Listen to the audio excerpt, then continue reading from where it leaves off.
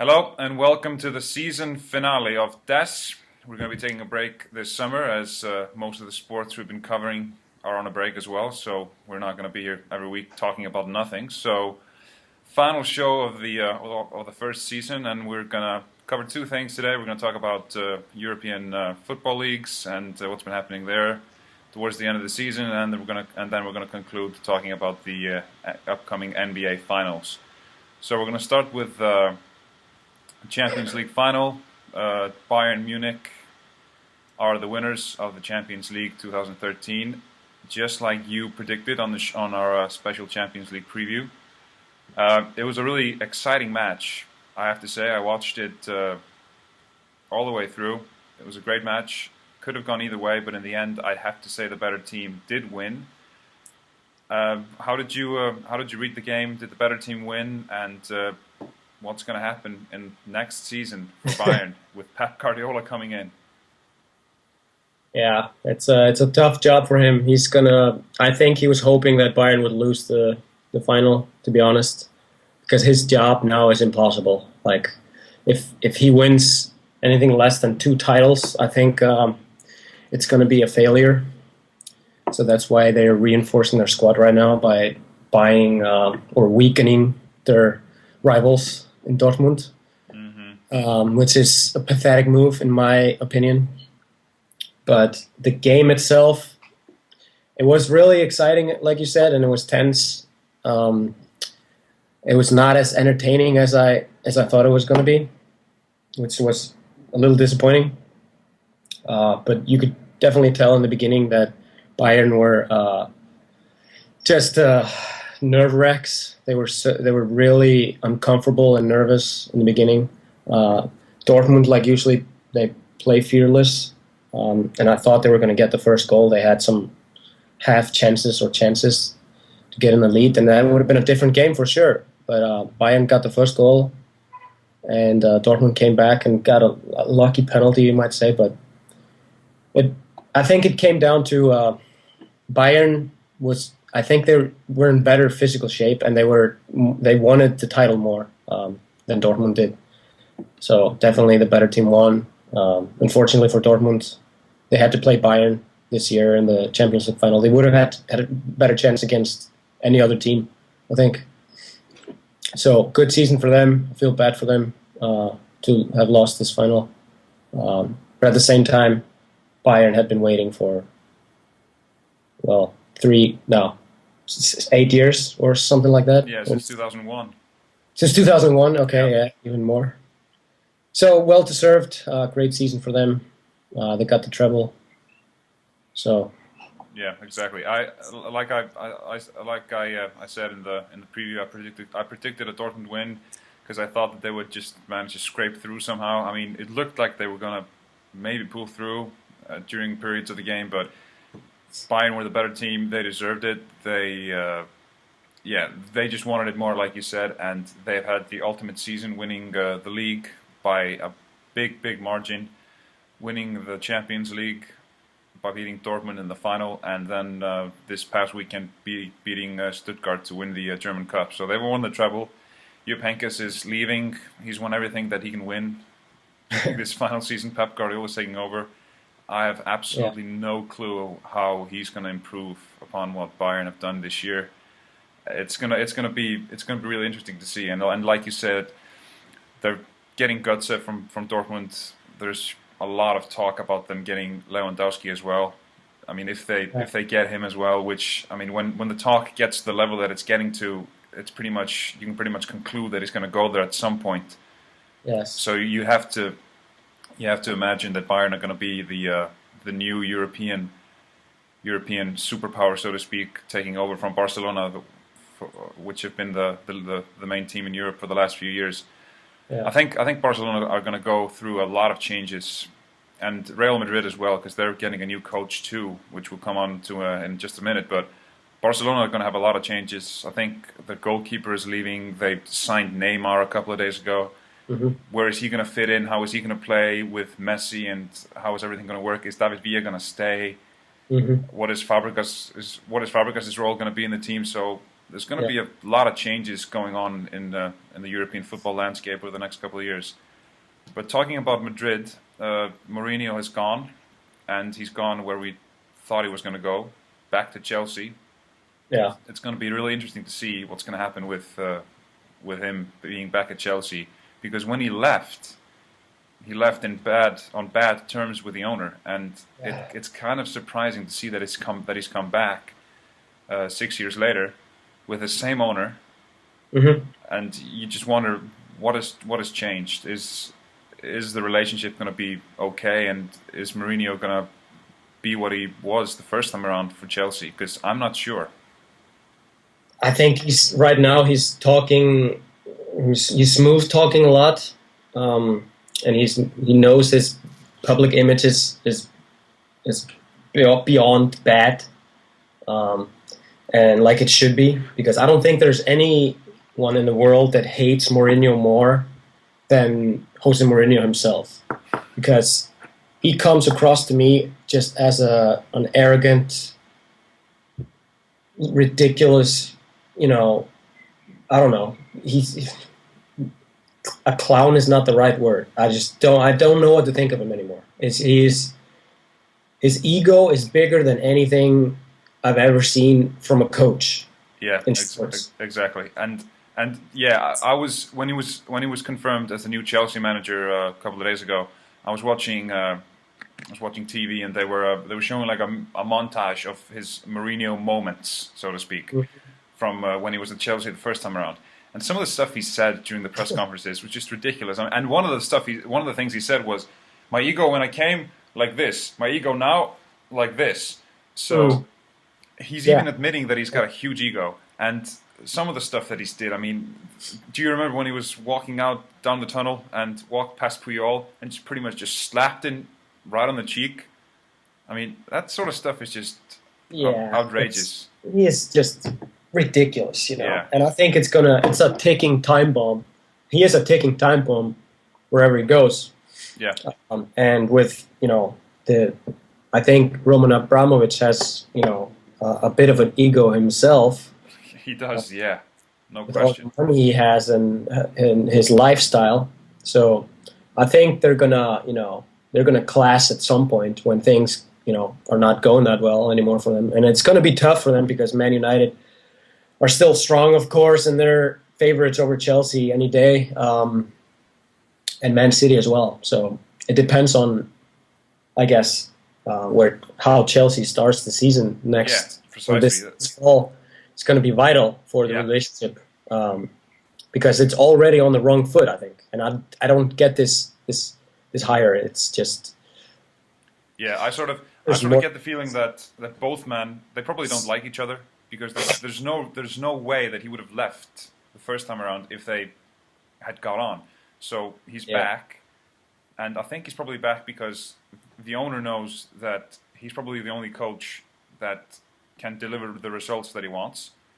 And Mourinho is back thinking Chelsea is the only club where I'm actually loved, and where the fans actually love me. So I think they both sort of put their own differences to the side for the good of the club. But I completely agree with what you said regarding the start of the season, because if they start the season poorly and, let's say, lose the three games in the first 10 or 2 games in the first 5, pressure is going to be on immediately, and there's going to be no margin for error. I think Mourinho is going to have to deliver a trophy, and a big trophy, and I'm talking either Champions League or the league itself, in his first season, because he's coming back with the expectations from the fans and from everyone that he's going to win. He is now the number 1 coach in the English league with Ferguson gone. So there's a lot of pressure there. But like you said, it's so competitive. It's probably even more competitive than when Mourinho left in 2007, because you've got more competition at the top. You've got the Manchester clubs. You've got Arsenal and Spurs, who can compete pretty much with anyone. And then you've got Liverpool and Everton, which can also compete. Yeah. So it's not going to be easy, and they could easily find themselves battling for 4th and 5th instead of battling for the championship. Yeah. Not a lot has to happen for that to be the case.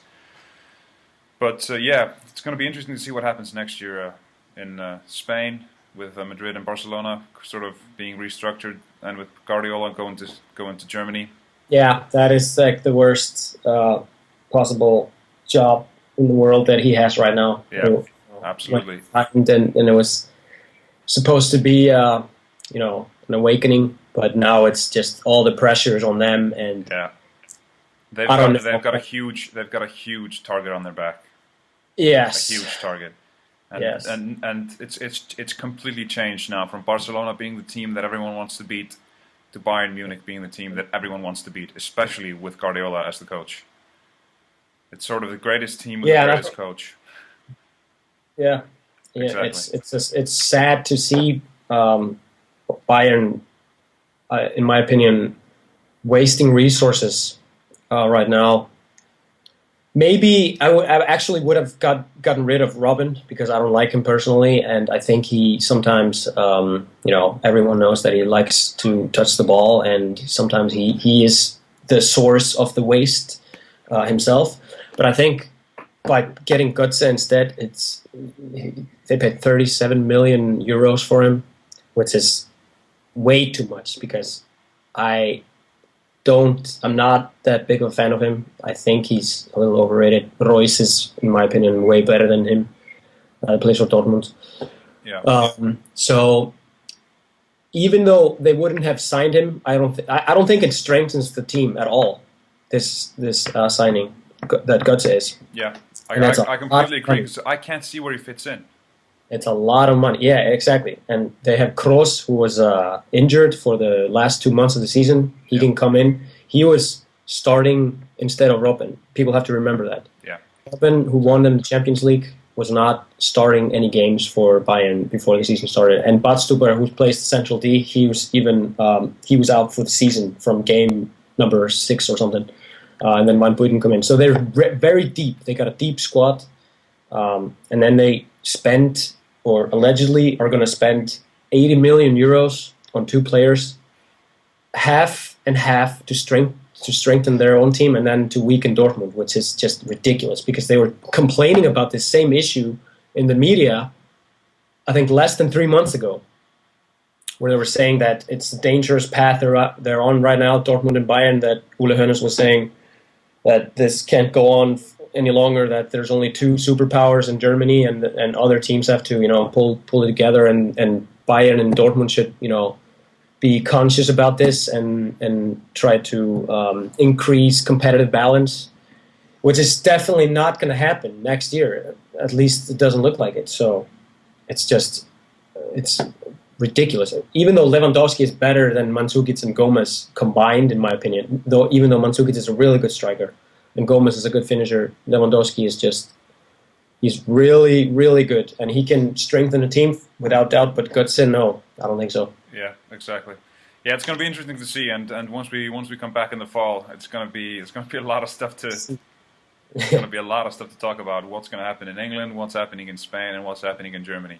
Yeah. And what's happening in France with Monaco doing ridiculous stuff, but we'll talk about that some other time. I haven't got oxygen to talk about that kind of stuff today.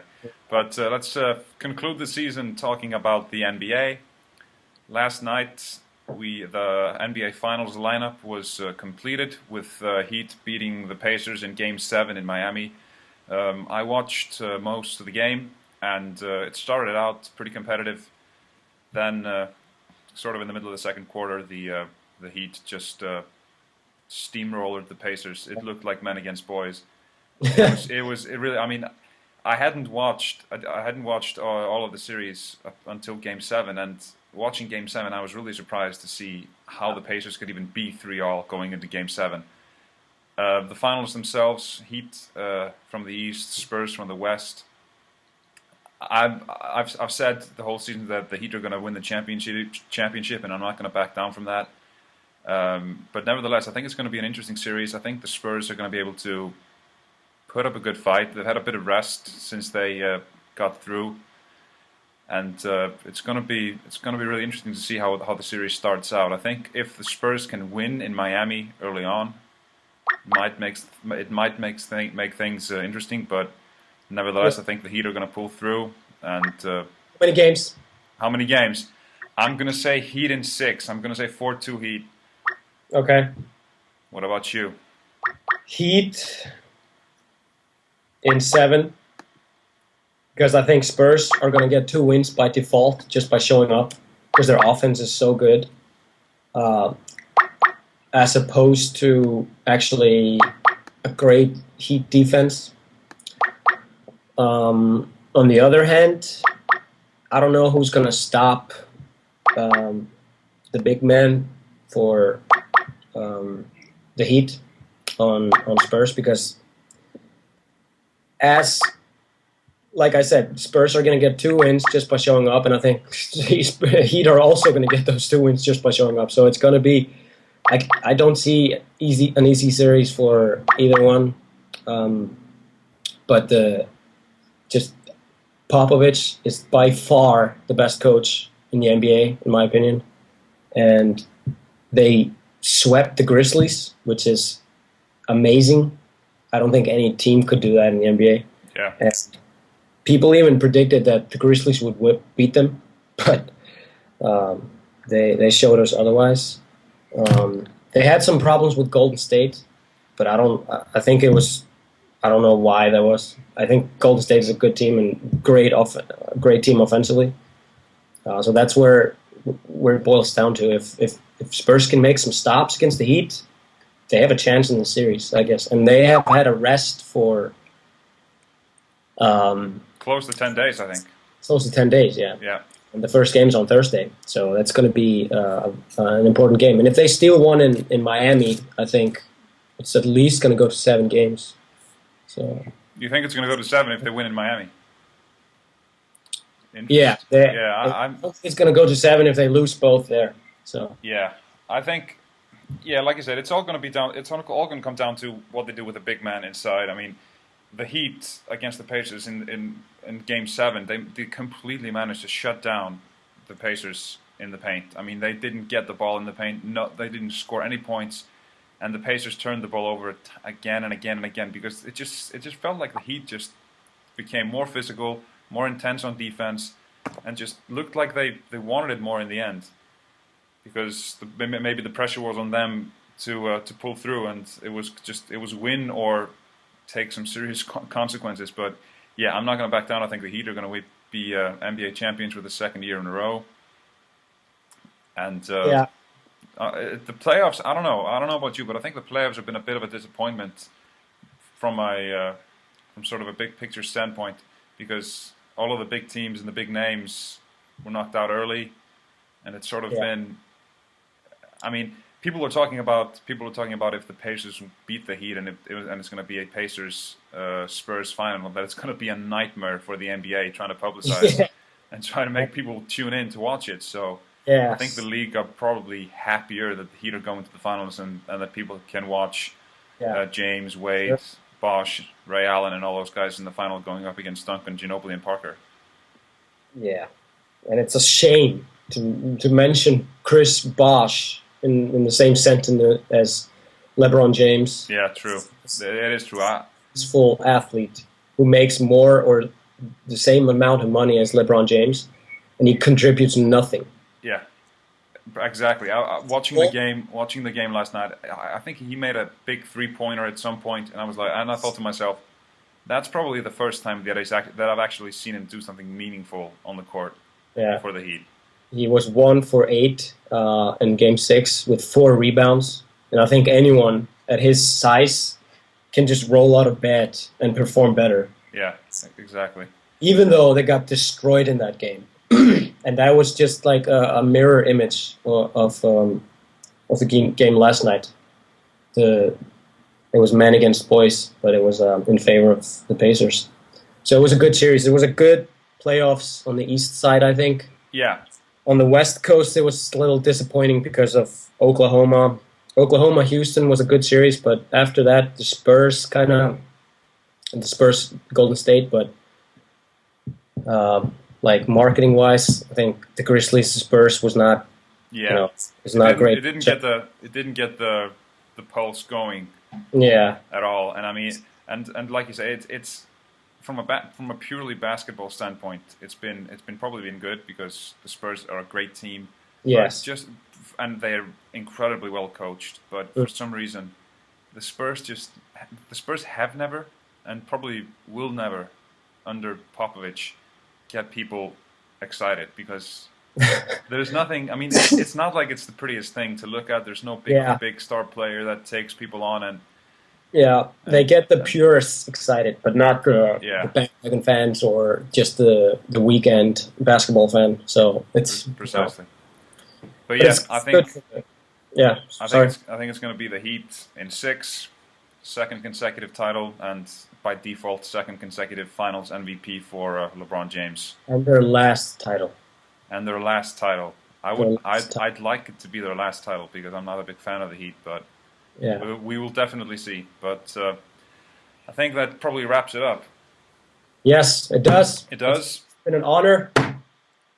Yep. Dr. Ole Jonasson, it's been a pleasure, and hopefully we can pick it up in the fall, in August or September. Exactly, we definitely will. It's been a good first season.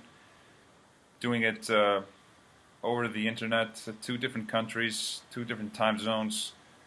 Putting it online, we've had viewers from I think 8 different countries in Europe. That's amazing. And a bunch of viewers in the States as well. I've had a couple of messages of people watching, so hopefully more people will tune in next season. It's going to be better. It's going to be improved, and thanks for this first season. Thanks for watching, and hopefully we will see you again. Yep, I agree with that statement. I will give you the last sentence to say. Yeah, so I'll conclude. You leave it to me to conclude the first season. Thanks everyone for watching. It's been a pleasure. See you in the fall on DESS. Bye-bye.